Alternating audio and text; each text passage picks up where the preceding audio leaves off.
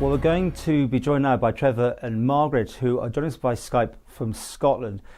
This is a case which I need you to go through with me, and as I said to you before we even started, please be very careful how you put it, so there's no sort of any problems, legal with what we're going to talk about. Obviously, it's very sad because this is dealing with the death of your daughter that happened in the Isle of Man. So, could you outline the story that behind this and how it happened, first of all, please, for our viewers?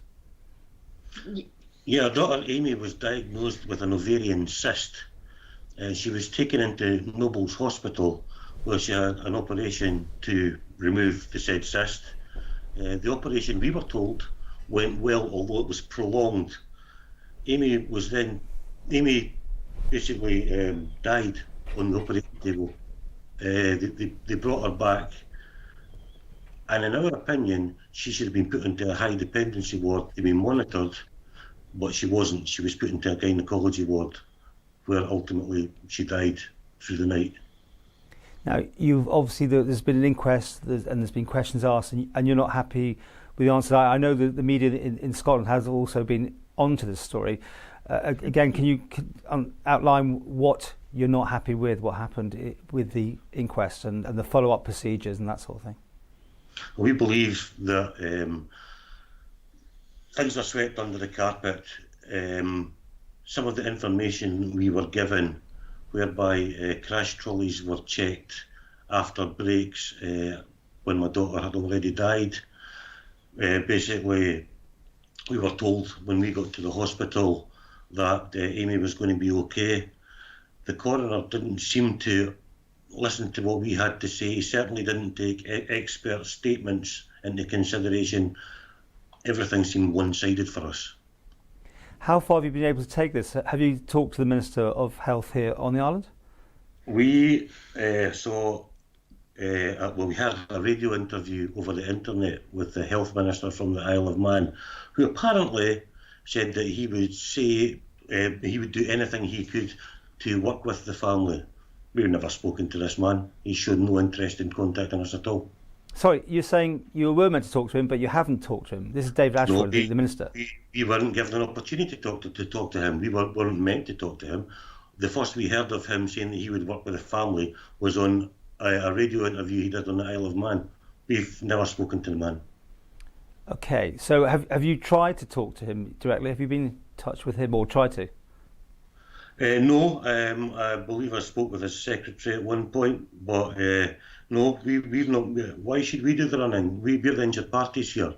The people on the Isle of Man were the ones that dealt with our daughter. They should be trying to help us. We shouldn't be going looking for help.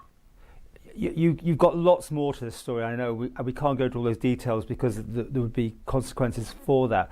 Where are we up to, though, with the investigation? Has it stopped? Is it still going on? Are they keeping you in the loop? It's finished. It's at a point now.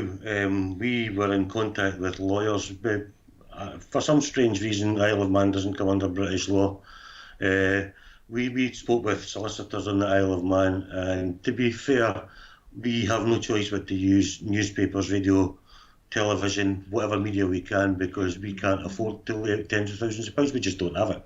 And I think that's where they've got you over a barrel. You can't fight it. It's impossible.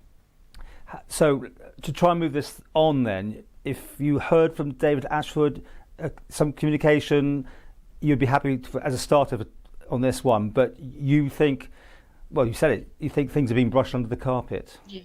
Oh, absolutely. Yeah. We've spoken with a lot of people who live on the island.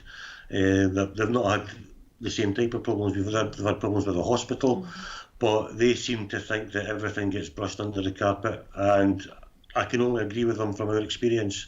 At the end of the day, if David Ashford wants to speak to us, he can speak to us, but it's not going to give us closure because we were given absolutely no answers.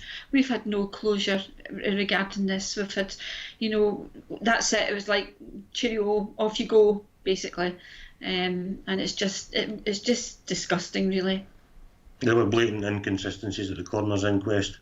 A blind man could see it. It was just, it was embarrassing. That's all I can say.